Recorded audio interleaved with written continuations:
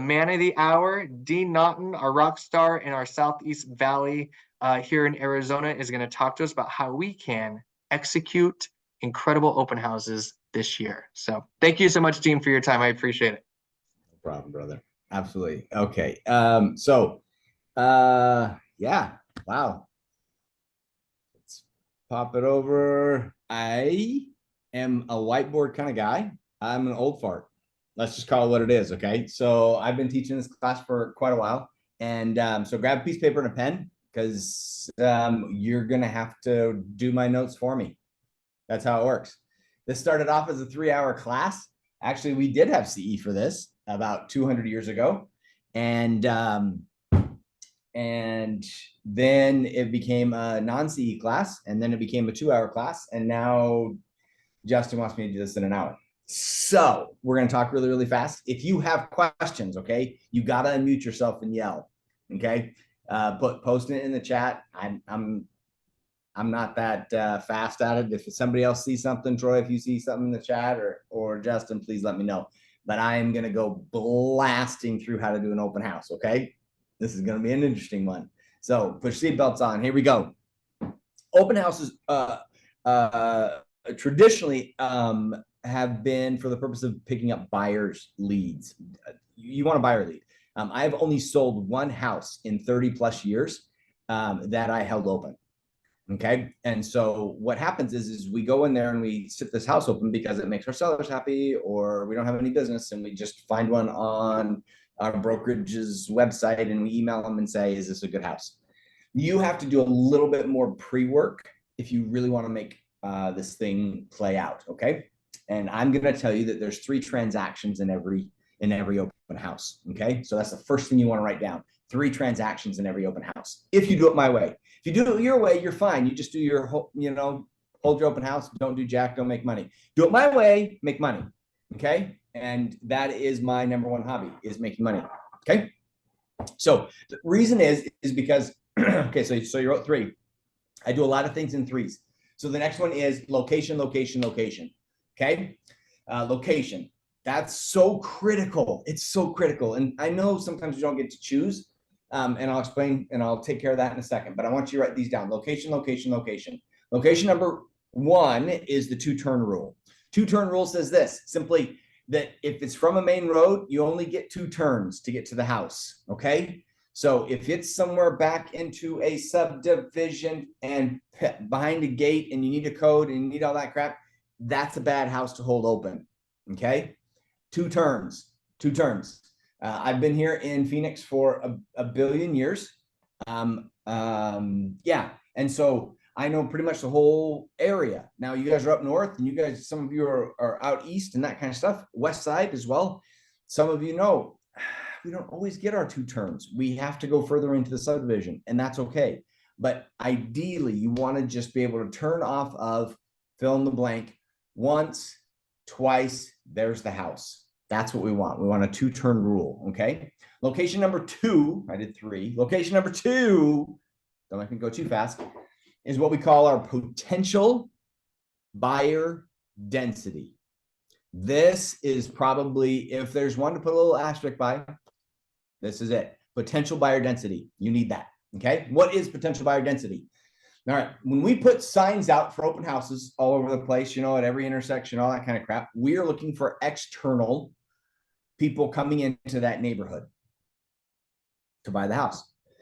However, we're missing an entire group of people, and those are the people inside of that neighborhood. All right. We know about the nosy neighbors, but I'm not talking about those because that's not a potential buyer density. Nosy neighbors are nosy neighbors. You're going to have them no matter what I tell you today. Okay.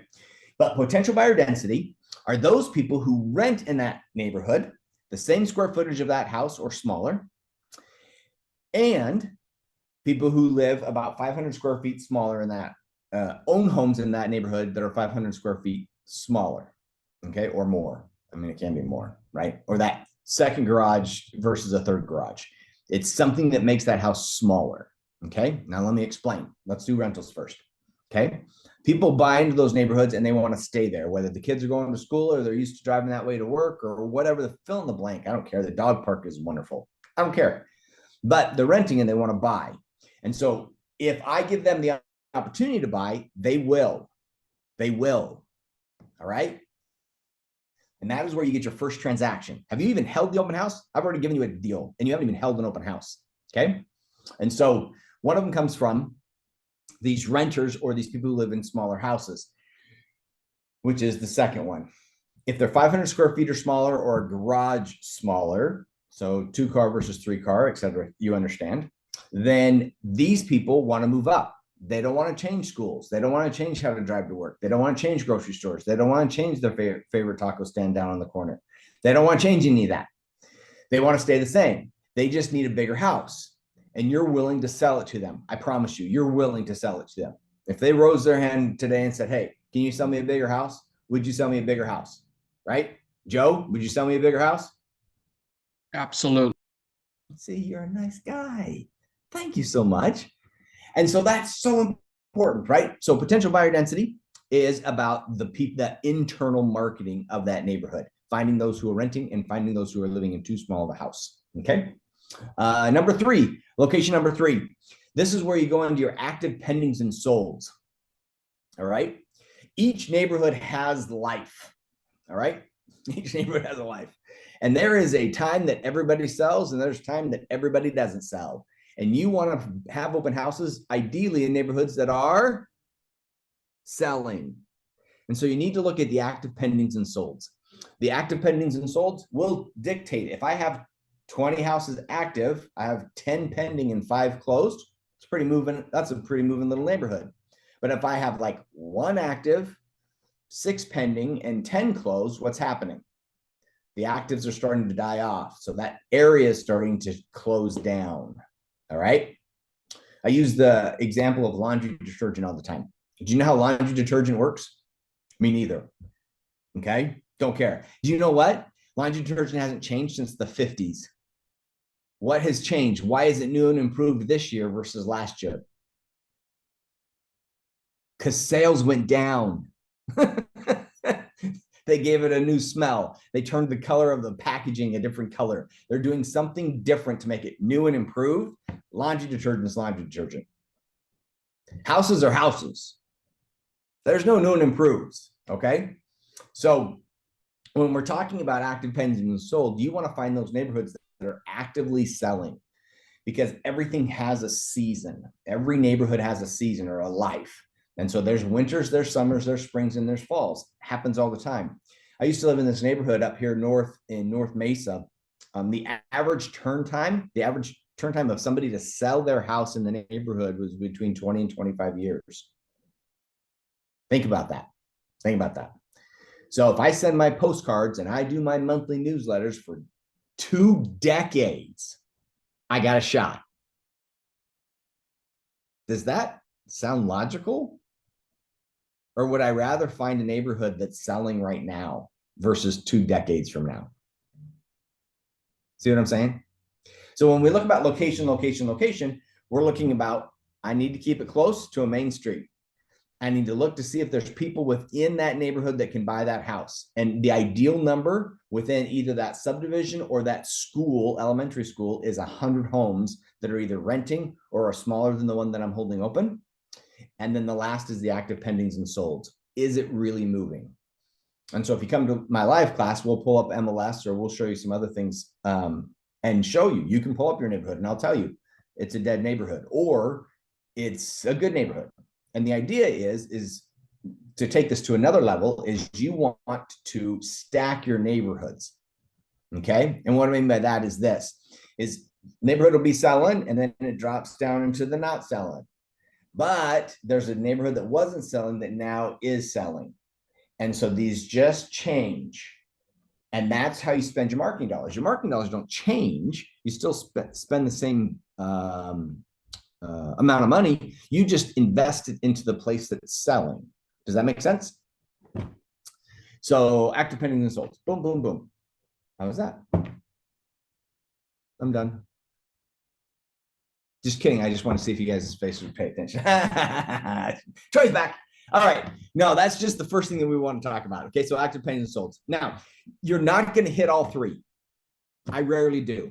Okay. But as some of you might know, the great philosopher Meatloaf once said, 2 out of 3 ain't bad. And so if you can get 2 out of 3, we'll call it good. And that's a good house to hold open. Okay. Now, again, we don't always get to choose that, but this is our ideal situation. And that's what we want. We want to have our ideal situation. Okay. All right. Now, let's get to now that we've chosen a house, I'm going to tell you your open house is 2 weeks away. Waiting for somebody to fall over. Nobody? Okay, cool. Cool. 2 weeks away. So I identified my house. 14 days from now, I am going to hold it open. So let's say I want to hold the house open on Saturday. Today's Thursday, 15, 16, 17. That's 2 days from now. That does not qualify. That does not qualify. Okay. Can we help you? Yes. Are you going to get the maximum benefit out of this open house? No, you're not. Okay. So 2 weeks. Let me explain. Okay. If you do this as a business model, just this is your business model, you'll close about 20 units a year. I don't know if that's good or bad for you. I don't know, but an extra 20 units a year for all of us is pretty good, right? So I choose the house I'm going to hold open. I then reach out to my title person, okay? Whether it's Troy or myself or whoever else invited you here, Justin, doesn't matter. I think Tim's on here too. Whoever your title person is, and you tell me you need your open house kit, okay? Open house kit. And what it has in it, and all of this is already built for you, what it has in it is it has 100 open house invitations. Okay. Sounds pretty sexy. It has the flyers for the house and all that kind of crap too. But we're talking about the 100 invitations. Now, have you heard in my presentation already about 100? Where would I use these, say, I don't know, invitations? You can unmute. It's cool. Renters. Renting in smaller homes. Thank you. Absolutely. Absolutely. And if we're in a live event, it works really, really well. But I'll do my very best to Zoom event this. Okay, so here we go. So let's say this is my little invitation. Okay, this is my invitation. It says I'm holding XYZ 1234 XYZ Street open on the let's see, what do we say, 17, so 14. So March 1st. Maybe that's a Saturday. I don't know. I'm just guessing. Okay. So on March 1st. Okay. Boo-boo. And then what I'm going to do is on the following Saturday, I've already chosen. So 7 days prior to holding this open house. Okay. So a week from this Saturday, I would go and I'm going to go knock on those doors. All right.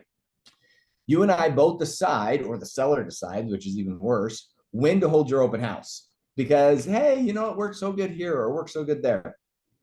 No, don't do that. Okay. You're going to go and you're going to go knock on doors and you're going to invite people to your open house. And here's what's going to happen. I'm going to go and knock on your door. JJ, guess what? You're not home. It's 10 o'clock in the morning and you're not home. Joe, you're not home. Troy, you're not home. Justin, you're not home. Michael, you're home. Oh, Michael, hey, my name's Dean. I'm holding the house open next Saturday over here on 123 XYZ Street, and I just wanted to invite you to it.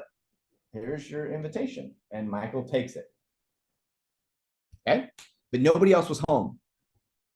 So is 10 a.m. the best time to hold your house open? No. Why, Michael? Nobody's home. Nobody's home. Everybody's out doing soccer, yard sales, whatever. Whatever, right? Well, they could all be on a Harley ride together. Who the heck knows, right? We don't know. I'm down. I'm down. You're down for the ride. We're on open houses. Let's stay focused, Michael. So 10:15, I call it. I go, it's not happening. So I go down to my local coffee shop, my preferred coffee shop, and I get myself a drink and I sit there for an hour. And then 11 o'clock, I go start knocking on doors again. JJ's home. JJ, hey, I'm holding an open house next Saturday over on 123 XYZ Street. Watch my arm. Arm is important. Arm is important. Make note. Dean, not that I have an arm, what I'm doing with the arm. I point this direction. I don't care where the house is at. I point to the house because everybody hates people knocking on their door unless you're Amazon. My wife loves that guy. So I point away because it takes the energy away from you and me, right? If I'm standing in Justin's face saying, I'm holding an open house next Saturday, here you go. You're not going to take the invitation. But if I pull the energy away from the situation and point wherever to the ether and then hand the invitation, Justin will unlock his door and he will take my invitation. So that day I'm spending the time knocking on doors. I should be able to deliver at least 50 of those invitations. And I will know then when I should be holding the house open. If JJ and Joe's home, but still I'm missing Troy and Justin and the majority of the people, 11 might be a good time, but it might be noon to 3. When am I delivering the maximum amount of invitations? That tells me, my internal marketing tells me when to hold the house open. Does that make sense? I need at least 3 nods. 1 nod, 2 nods, and some thumbs up. Thumbs up. All right, cool. Now, what does that mean? That means that on Monday, did I say anything about the time on the invitations? Nope, I just said Saturday. So Monday, you're going to go to your listing, and there's signs at every one of our boards, I know it, that says open house Saturday, and the time is blank. And I take my dry erase. This isn't dry erase. Dry erase, and I write, let's say 12 to 3 work best for this particular home. 12 to 3. And I stick that sign writer on top. That's important. On top of my sign. I don't put it down at the bottom. Nobody sees that crap. I put it on top of my sign. Okay. So if somebody, as I'm knocking on doors, they say, hey, it doesn't say what time it is. I haven't heard yet from the seller on when it will be. It looks like it's going to be in the afternoon. What? How do I know that? Because so far nobody's answered their door this morning. Okay. And I put that sign writer up on top of my sign. All right. Good to go. So do that. Yes. Everything's solid there. So now I've shown interest from those 50 people I talked to. There is going to be somebody in that group that's going to be like, I wish I could buy in this neighborhood. I got a lead. And then I'm going to take that lead and I'm going to get it over to my lender. My lender's going to know I'm knocking on doors that day, and my lender's going to answer the phone, because if not, I'm going to get a different lender to answer the phone. And if they got a problem with that, tell them to call me, because I've been a lender and I answer the stinking phone on Saturdays when you're knocking doors, because we want to pre-qualify those people. Okay. And ideally you get 2 or 3. I usually can get about 2 out of the 50. Okay. I can usually get 2 out of the 50 to take an application, 1 to qualify. That's how it works. Okay. Now I hit my renters first. And then if I got time, I hit my houses that are too small. That's how it works. Okay. Renters first, then houses that are too small. I do that all on that Saturday. So yes, you get in your steps. You do. You get your 10,000 steps guaranteed. Okay. All right. You're welcome for the health hint. Okay. Any questions up until Monday when I'm putting my sign writer up?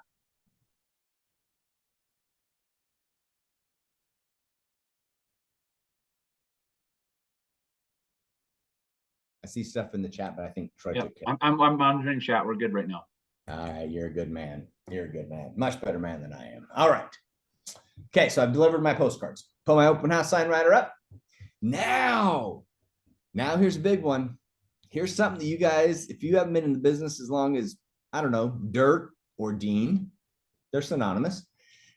You might have taken you have never done this. Okay, so I'm going to take an extra minute to explain this. And this is previewing houses. Okay, any of you been in the business long enough where you previewed houses? Not like online clicking or whatever. Okay, Michael, you know what I'm talking about. Okay. So what you do is you pull up the houses in that neighborhood that are currently active, and you call and you set appointments to go preview those houses. You don't have buyers with you. You just go preview. Now, the listing agent might be a little like, what the heck are you doing? You're not bringing any buyers. And you say, I'm holding a house open on Saturday. You and I both know that the people coming in probably aren't interested in my house, but they might be interested in yours. And so if I've seen it, then I can get them to that house. Does that make sense to everybody?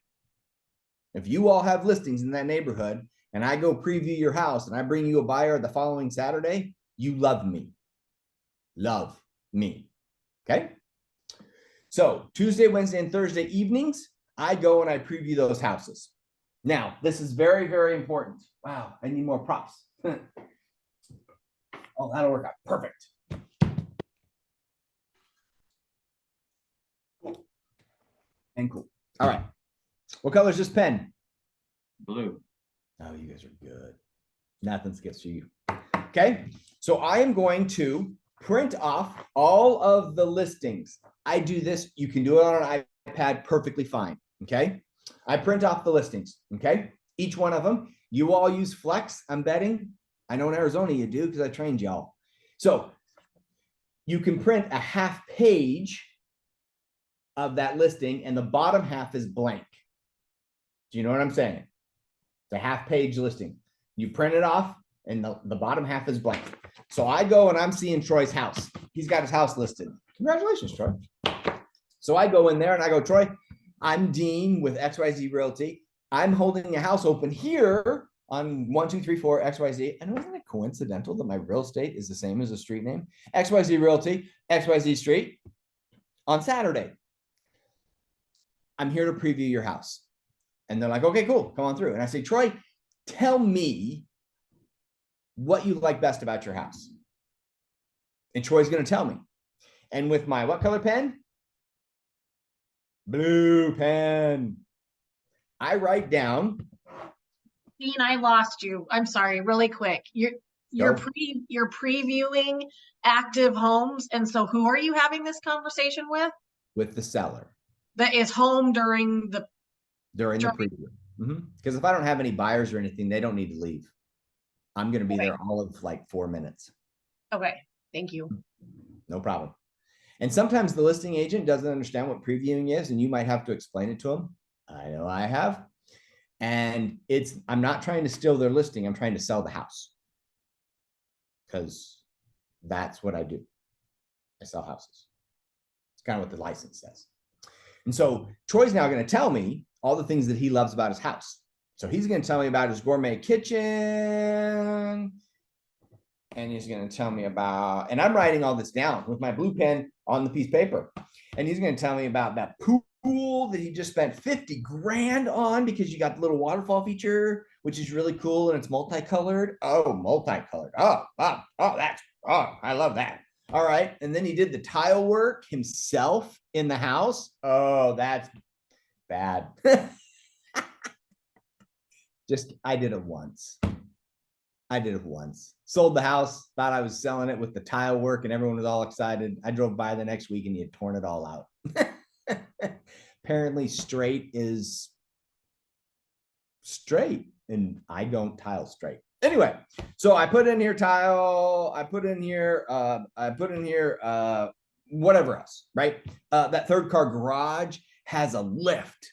Okay, third car garage has a lift in there because Troy's into restoring cars, right? That 57 Corvette that you're getting ready for me, right?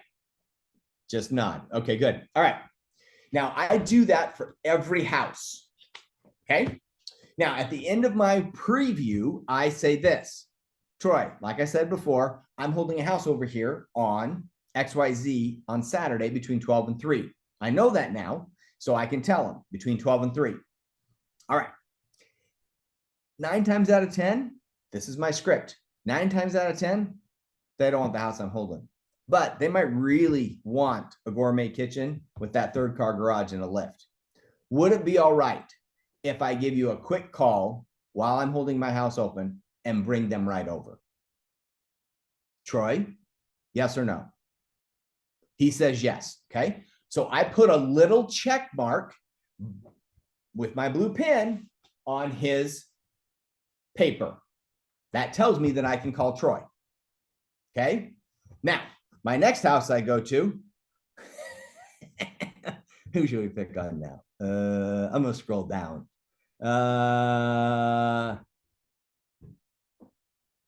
Dude, not many people have their camera on. Crap. Deborah. Hi, sweetheart. Okay. So now I'm going to go to your house and I'm going to write down all the same things. I'm going to write some gorgeous stuff about your house, wonderful things that makes your house sellable. And then I'm going to say 9 times out of 10, you know, they don't want my house, but they might want yours that has X, Y, and Z. Would it be all right that if they want to come see your house, I bring them right over? Deborah, you're going to tell me no.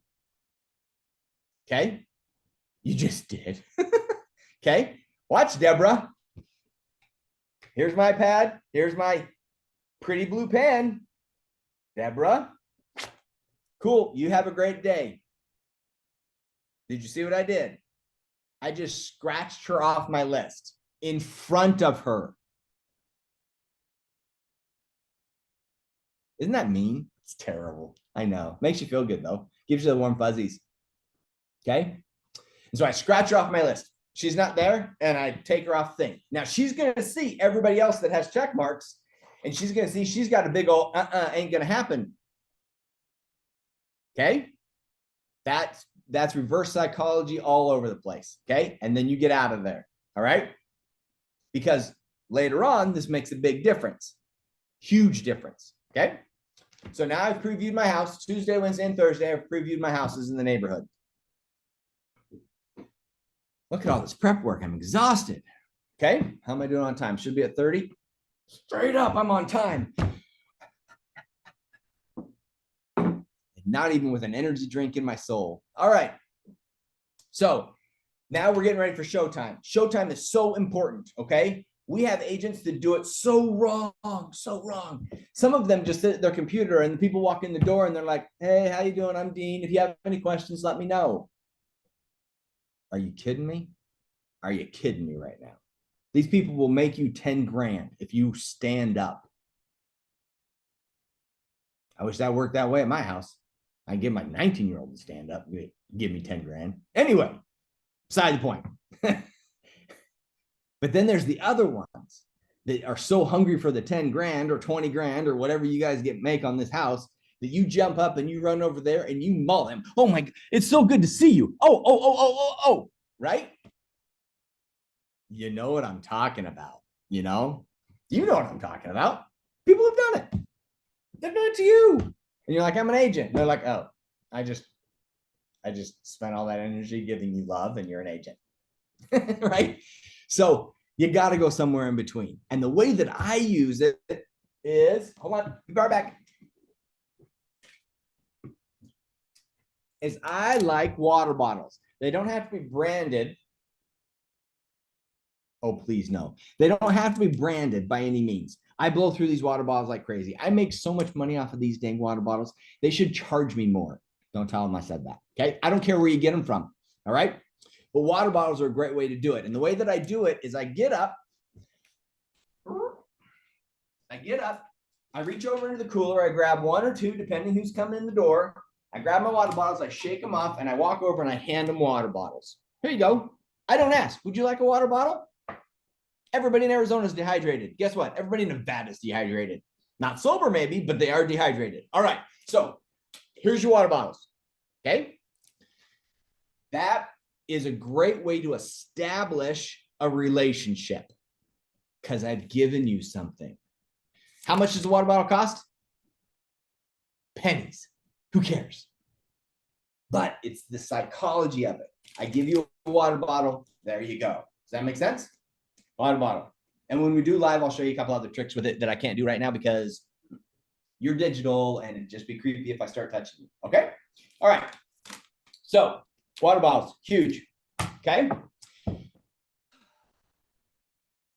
When they come in, they are overcoming, I wouldn't call it a fear. I would call it a reluctance. They want to see the house, but they know they have to deal with you. Am I lying? And so you want to make this the most pleasurable experience possible and not get arrested. So here's what you're going to do. All right. First, you're going to give them a water bottle. Now we have law of reciprocity. If you don't know what that is, Google it. Law of reciprocity. I just gave you a water bottle. Okay. Then I step back. The reason I moved my chair and I'm standing back is because you have to see the posturing. And I'm sorry this is on Zoom. I should have set up like a tripod or whatever, but that means that I am prepared. All right. So then after I hand you your water bottle, I hope this stays in focus. Let me know if I get too blurry. If I get really blurry and better looking, then let me know. That's the space I'll stay. Okay. I hand you your water bottle and then I step back and I turn 90 degrees. Now, the way that I turn depends upon the person. Okay. If a husband and wife come in the door and hubby's on this side, I'm going to turn 90 degrees towards him. Okay. Now, women, it's the opposite. Husband and wife, wife's on this side. Deborah, you're stepping this direction. Okay. It's all psychology. Don't worry about it. You don't have to read the books. I already did. Okay. I do that. I drop my hands down near my pants. I can put them in my pockets. I can drop them down to the sides, and I can just say, so step to the side, and I go, Michael, what do you do for a living? That's my script. What do you do for a living? Not what kind of house you're looking for. Not do you have an agent? Not blah, blah, blah, blah, blah, blah, blah, blah, all the other questions that agents do. Stupid. Don't do it. Ask them, what do you do for a living? Michael goes, I'm a heart surgeon. And I'm going to be like, well, dang, thank you for your service. How does this work with heart surgeons, right? I mean, you're saving lives every day. That's pretty cool, right? And it's just Michael by himself. He doesn't have his wife with him. And so I talk about heart surgery with Michael. Do I need to tell him about the light fixture? Do I need to tell him about the kitchen or that the pool is blue? No, Michael has eyes. He can see. He can see the size of the closets. He can see what the bathroom looks like. He can see what the kitchen looks like and the light fixture and the ceiling fan. And he can see. I'm talking to Michael to build rapport. If you've ever, two really good books, How to Win Friends and Influence People, number 1. Number 2, Instant Rapport. Excellent, excellent books. I'm trying to build instant rapport with Michael. And the best way to do it is to talk about him, not about the house. The house means nothing to me. Nothing to me. If you want to build rapport with me, you need to talk about Harley Davidsons. There you go, baby. See? Then he goes, then we get into Harleys. And I go, oh my gosh, I saw the coolest one that was matte black the other day. Now, if I was ever to own a Harley, it would be matte black. That one was it was sick. Oh, it was so sick. I almost wrecked. It was so pretty, right? It's prettier than, well, I can't say that. Anyway, it was pretty. Okay. So now that I'm talking to him about him, I walk through the house. We still are touring the house. I'm touring the house primarily just to get to know Michael. Does that make sense? And so we go from heart surgery to Harleys, which is cool because I think one helps get the other. Gets your heart racing, and then when they crash, you get to put it back together. Is that how that works? It's kind of a symbiotic relationship. All right, so we get done with the house. So you're saying, excuse me, Dean, you're for it. saying we should go escort them through the house as they're touring the open house? Yep. Okay. And talk to them about them. Does that make sense? That's what I'm saying. After I get done touring the house with Michael, I stop again, but instead of being at a 90-degree or an angle from him, which I've been through the whole house because that's non-confrontational. As long as I'm turned, he's fine. Now it's time to ask the question. So I turn square on. Sometimes I put my hands in my pocket. Sometimes I don't. Doesn't matter. And I go, Michael, so what do you think? And Michael says, you know, nice house, but I'm looking for a gourmet kitchen and I really want that 3rd car garage because I want to work on my Harley. And I go, I get it. Tap, tap, tap, tap, tap, tap. You know what, Michael? Oh my goodness. Hold on a second. Hold my paper. Hey, Michael, this week I was over previewing a house that's in this neighborhood. It's just a couple streets over. And I show him my paper, whether it's my iPad or whatever. In blue ink, it says gourmet kitchen, pool, tile, and what? Third car garage with a lift. And I go, this one might work for you. Michael's like, a lift would be totally cool. I'm like, you know what? If you want, I can give Troy a quick call and see if we could just pop over there and take a look at it. You open for that, Michael? He absolutely is. I called Troy and I said, Troy, this is Dean over here at the open house. I have a nice gentleman who wants to come take a look at your third car garage with your lift. Can I come over? Troy, what are you gonna tell me? Please, pretty please. Tears are gonna be in your eyes, right? Because you've been on the market now for 67 days, okay? All right. So if I'm by myself, which I never recommend doing an open house by yourself, but if I'm by myself, I put a sign on the thing, on the door, and lock up the door, and the sign says, be back in 10 minutes, okay? Everybody can wait 10 minutes. And it's a nice way because then it shows Michael that our first date is only going to last 10 minutes. I'm not going to drag him around the whole neighborhood. I'm not going to drag him to 15 houses. We're going to go look at the one house, and that's it. That's it. And so he knows the time limit. I know the time limit. Off we go. So I take him over and I show him Troy's house. Troy's house has everything that the list says it has, including the multicolor lights in the $50,000 pool. Not worth the price, brother. Anyway, but I really like it.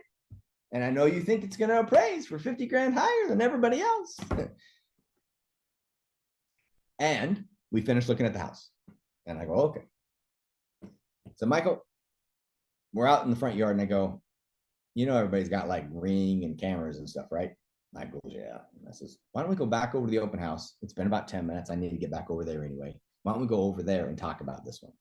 Okay. So we drive back over there. He drives his car, I drive my car. We go back over the open house where it's safe to talk. I used to be able to have this conversation in front of people's houses, but with Ring, nope. Okay. So we go back to the open house. I open it back up, or my partner's there, and Michael and I sit down at the kitchen table and I go, okay, what do you think? Michael goes, I love that garage. I love it. That is exactly what I'm looking for. And how many pool parties I could have. I mean, we could do St. Patrick's Day green. We could do Christmas and can go the different colors. We could do Halloween orange. We could do all this stuff with this multicolored light pool. He's in love with it. And I go, well, Michael, this has been on the market for 67 days. Right here, 67 days. Why don't we write up something and see what it'll take? Did I say contract? Did I say offer? Why don't we write up something and see what it'll take? And you go, okay. And before my pen, digital or otherwise, hits a piece of paper is the time that I asked that question. Oh, Michael, I forgot to ask. Are you working with an agent? Okay. Michael, give me an answer. I don't care. Either one works. No, not at this time. I fired him. Nice. Get rid of that. Thank you. Sign here. Woo! Right? We send an offer over. Okay. Give me another answer. Yes, I'm working with my brother-in-law who's been an agent for 5 years in the area. Perfect. Do you have his number on you? Oh, yeah. Okay, cool. And I call up his brother-in-law. What? Okay, Justin.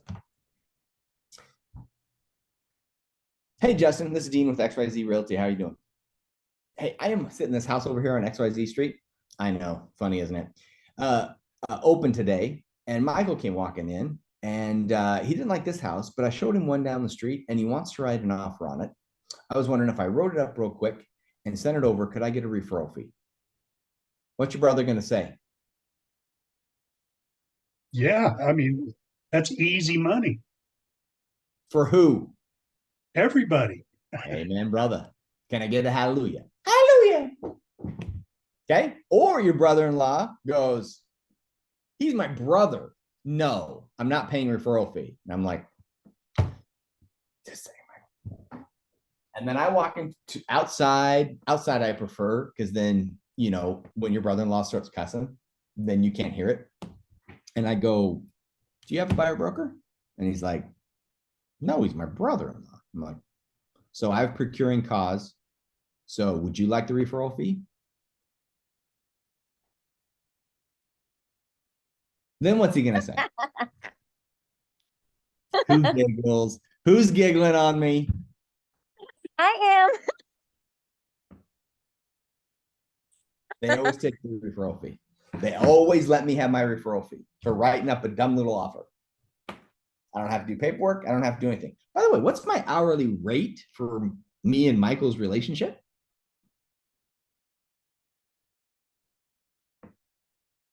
Thousands of dollars an hour.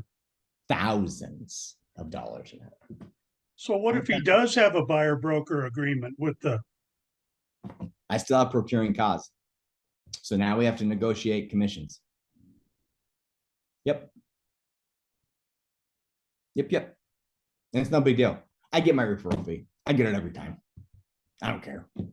I get it every time. Buyer broker. Piece of cake. I like it that way. Now, here's what's interesting. Remember, we have Deborah over there who said I couldn't come see her house. And Michael wanted to go see a house that had Deborah's stuff. And I go, hey, there was this other one that might fit your needs, but clearly with the slash in it, I'm going to have to like set up an appointment. And you're not going to argue about that because it doesn't have a check mark. It has a slash. What else was that going to tell you in your mind, just psychologically, that this one is going to be a little trickier? I'd rather take the check mark every day. I'd rather take a check mark versus slashing out poor old Deborah's house. Sorry, Deborah. Love you. All right. Buyer broker, Quick question. phone calls, 20% referral fee, hourly rate, standing, water bottles. Hey, can you repeat the statement you said when you have your pen, you're like, would you like me to write this up or contract? What was the line you said? Oh, okay. So we sit down at the kitchen table and I go, you know, Michael, this thing's been on the market for 67 days. Why don't we write something up and see what they'll take? Thank you. You're welcome. Write something up to see what they'll take. That's not scary. I've not been scary at all. Hey, Dean. Yep. I know in the class I saw in Chandler, you talked a little bit about also the mental, psychological benefits of maybe sitting down with that potential buyer, writing up an offer in an open house instead of doing it off-site. Were you planning about that? We can. Okay. As long as you remind me. Going from 3 hours to an hour, man. Cut me some slack. Yes. There are some benefits. Okay. If I'm holding an open house with a partner, okay, so Joe and I, we're holding this house open together. And I'm sitting at the kitchen table with Michael writing up an offer, and another couple comes in. And Joe gets up and hands them a water bottle, right? Here's your water bottle. What do you do for a living? Walks them through the house, does the same thing, and they're seeing me write an offer. Do they know if it's an offer on this house or on Troy's house? They don't. So they look at this house, and did it just become a sexier house? Yes, it did. And so psychologically, they go, oh, we need to really kind of look at this house a little bit quicker. Joe, do you think we could, if we made a full price offer? Joe goes, because I'm writing on Troy's house. But yes, there are some psychological things. There's other ways that I can show you during the live stuff as well that says, hey, this is how you stand. These are other scripts that I use. But I wanted to make sure that you guys had timelines down. Okay. So every 2 weeks, you're going to be holding an open house. Okay. 7 days prior to that 2 weeks, you're knocking on doors. You're inviting people who are either renting or living in houses that are too small for them to come to your open house. Okay. How can you tell who are the renters in your area? That's what your title people do. We pulled a list for you. And it's included with your invitations. Yeah. Well, Can I ask, may I ask a question? you may. Wow, very polite. Thank you. So you're holding an open house. Mhm. You have the opportunity to show another property because of a buyer that came in, Mhm. and you lock up. You're alone. You're not with a partner. Do you put a sign on the door that says Be back in 10 minutes. back in 10 minutes? Okay. Yep, exactly. Yeah, you wanna make sure, because if people want to see that house, that's great. You know, and Michael might say, hey, that third lift, that's gonna be too hard. I don't want to lift. I'm not gonna do trucks. I'm not restoring cars like Troy.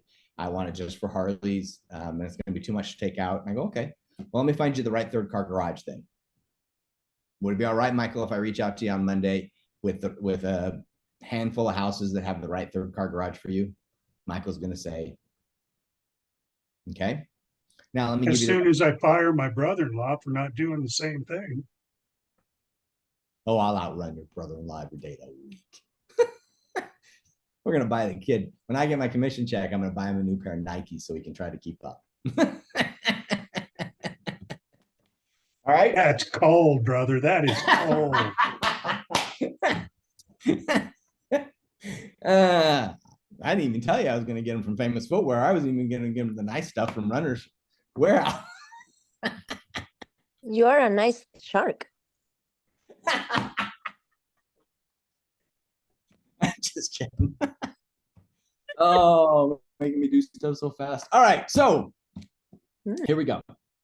So when we get the opportunity to hold an open house, we want to realize that the prep work is very important. We want to gain a buyer long before we even hold that house open. Okay. And we do that by finding the potential buyer density, the correct potential buyer density, and making sure that this neighborhood is alive and kicking. And so we knock on the doors. And I know it's kind of old school, but it works. It works every single time. When I was a lot younger and I did my first open house, my broker was kind enough to provide the lawn chairs, the card table, which if you don't know what that is, then you know how old I am, and my first 44 ouncer from Circle K. And that was it, my sign-in sheet. And that day I sold a house, not the one that I was sitting. It was one in the neighborhood. And the people had to give me a ride over there. Yeah. Try to be in the back seat of your buyer's car. Comfortable. Yeah. But I sold the house. Contract sucked. It was a 2-page contract and I still screwed it up. Can you imagine me trying to write a contract now? Nope. I just get somebody else to do it. I still do to this day. Get other people to write the paperwork up. But I sold the house that day. And so I'm going to give you the same challenge.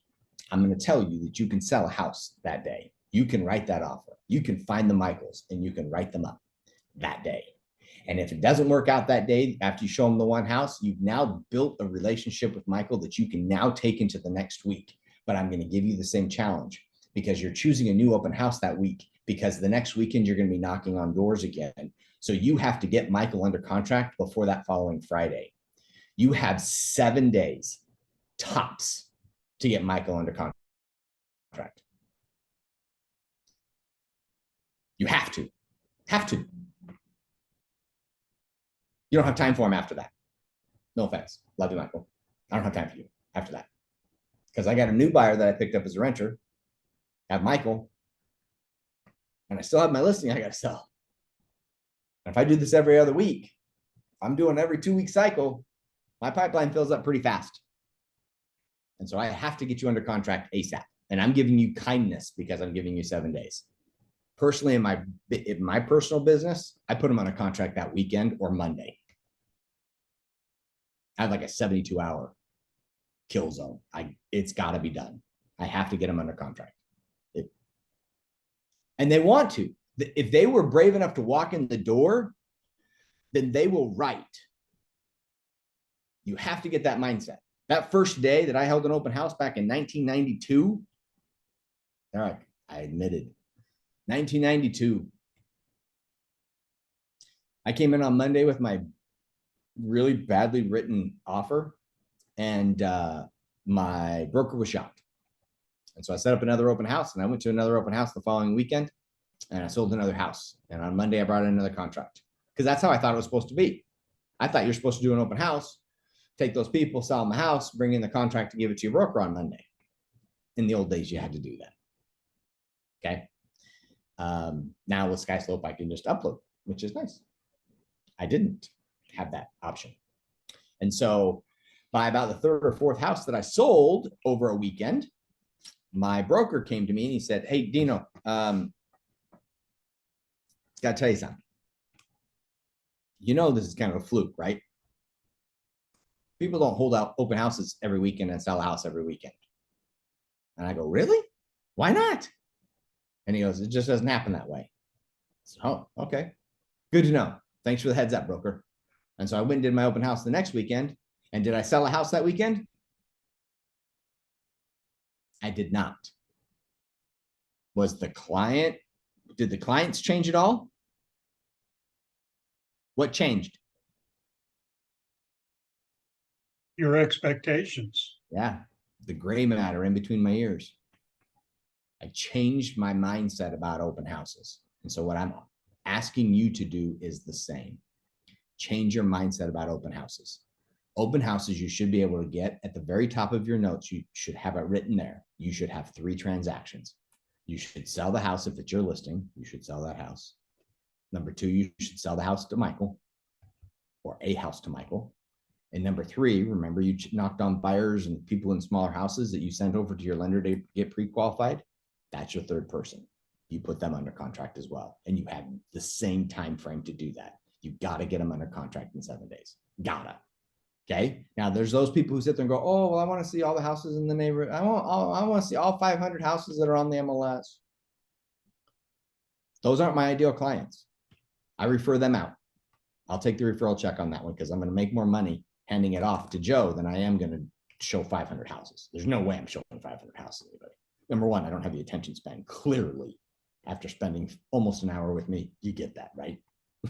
I'm not showing them that many houses.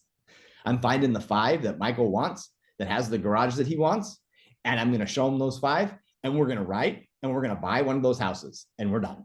We're done. So Dean, when do you get me pre-qualified at the open house? So if we're writing up the offer, okay, we write up the offer. It's Troy's house, right? And his house is for $1.8 million because of the multicolored pool. And you're like, "You know what? I think it's worth 1.6. We write it up for 1.6. And I say, "Oh, one of the pieces of paper that we need is your pre-qualification from your lender. Did you get pre-qualified already?" And you say, "Yes." And I said, "Great. I just need a copy of that piece of paper. I can either call your loan officer and get it, or if you have a copy of it, that'll work out great." And they say, "Oh, no, I didn't get pre-qualified yet." I say, "Perfect. Let me have my lender give you a call. He'll call you in the next couple hours. His name is Justin." And then we go from there. And by the time we know yay or nay before the end of that day, if you're actually a qualified buyer. And I take that gamble. I know that's against a lot of people's belief structure, but bird in the hand, brother. I don't get bid on that part more than I get because I'm asking you questions. What do I know about you? Michael, I know you're a heart surgeon. I know you drive Harleys. I've already pre-qualified you in a lot of ways.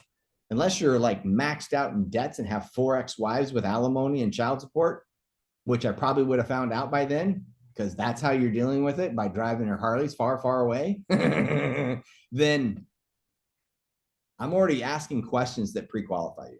But yes, I get them to the lender right then and there after we write the offer. And then I get the pre-qual for my lender. Because you can write a pre-qual. I've been a lender. I can knock out a pre-qual in less than an hour. For sure. DU all the way through. Yep. So that's how it works. How am I doing? 58. Oh, Holy crap. I need a nap. Okay, any questions? Can't wait to take your life class. I'm excited. Thank you. Come, it will be a blast. Which one are you coming to? I'm in Dallas visiting now. I'm gonna go home on Saturday. The soonest and the closest to my location as possible. I Okay, just got back from the summit and I'm extra motivated. perfect. And I have nothing going, so I'm Wow. even more motivated. Now you can set up some open houses and you'll have buyers before the end of the week. Yeah, this was great because I'm actually meeting one of the agents to start holding open houses for her. And she told me, let's meet first and I'll tell you all about the property. So this came in perfect, divine timing for me. So thank you. You Can't are wait to very take the live one. thank Dean, you. where are the live ones at that you've got scheduled right now? Just so everyone on the call can. We got Prescott, right? I got Yes, Prescott on May something if May At May 2nd? 7th, I just saw the flyer. Let me just pull up my Canva. It's, May, it's a Thursday. I know that. yeah, May 2nd, May 2nd, 2nd, 12 to 1, lunch and learn at the PAR office, which is the Prescott Area Association of Realtors. Hey, I've been there. Different location, but yep, that one. What? Yeah, New we- one? yeah. Okay. Christina said, come to Goodyear. We can work on the west side. It's a little closer to you. The Prescott. There's no rock. Prescott could be, climbing in Prescott could be Goodyear. fun. Vegas. Prescott is always fun. What's the matter? Prescott is always fun. And why, Troy, am I going up there? Because there's really good rock climbing, and that's why I picked May, because it's a good month to rock climb. See, you have to know the angles. So how about Vegas? Red Rock I is agree. amazing, but it has to be early before it gets too hot because Dean's not coming. That's right. That's right. One We'll thing work I on it, Steven. One thing Tacos. one thing I wanted to comment on, because you brought up a topic that kind of hit home to me, and many people have told me this, and I just ignore it. That you can't sell a house during a community yard sale. And take it from me, that is not true. I have sold several, and community yard sales help you out with traffic because they're doing their own marketing and usually, and number two, you're getting out of the area, not within that subdivision, other people coming in, so. Right. Yeah. Well, your signage and setting up signs and all that kind of stuff. Yeah, that gets out of yeah, out of you there. still have to do Community. all of that. Yeah, your Yeah. community open or garage. Yeah, yard sales. Hey, I never thought about adding that on there. That's a great idea. It's worth Cool. it. Hey, extra commission check's always worth it. I always take the extras, right? Absolutely. What other questions we got? Anything else, guys? Lots of gold today. Hopefully everyone took lots of notes. I have a feeling we're gonna have to have Dean on again. So maybe we can work on that for next month. So lots of good feedback. Yeah. This is a class that I have to take, over and over and over. And I feel the more I take it, the more I'm going to absorb and the more I'm going to discover. Can you do one in Sedona? That's where my help is at. Cottonwood. I could do Sedona. I can do Sedona. Yeah. I'll work Oh, it out. nice. Okay, it's, Dean, we'll hook you up. All right. I can do Sedona. Maybe we can bring a donation or something to get you in Sedona. A couple of fishing spots right over there. Write us in your next escrow. That's right. We will be there. Send me escrows. Send us escrows. We will. If you we will be there. feed the escrow team, I get to play wherever they tell me to. That's how it works. I mean, and I do play pretty much everywhere. So Absolutely. Yep. Carla, this was recorded. It'll be on RockU. I'll get the editing done this afternoon. That way we can get it up there. he's gonna edit out. It's gonna be like a 30-minute video. Dean can't say that. Nope. Just the beginning. Just a quick Okay. intro and it will be uploaded. All right, cool. Thanks, Dean, Troy, and Justin. Thank You you guys guys. are awesome. You guys. Happy thank you so much Thursday. for taking the time, and yeah, let me know whatever I can do to help you guys. Okay. Thank you all so much. The March training schedule will be out in the next week. And again, Thank you all for attending this, and hopefully you took away some of these gold nuggets to implement in your business. And we will see everyone in escrow and in the next training very, very soon. So take care, everyone. Thank you so much, Dean. Thanks, guys. Bye now. Bye.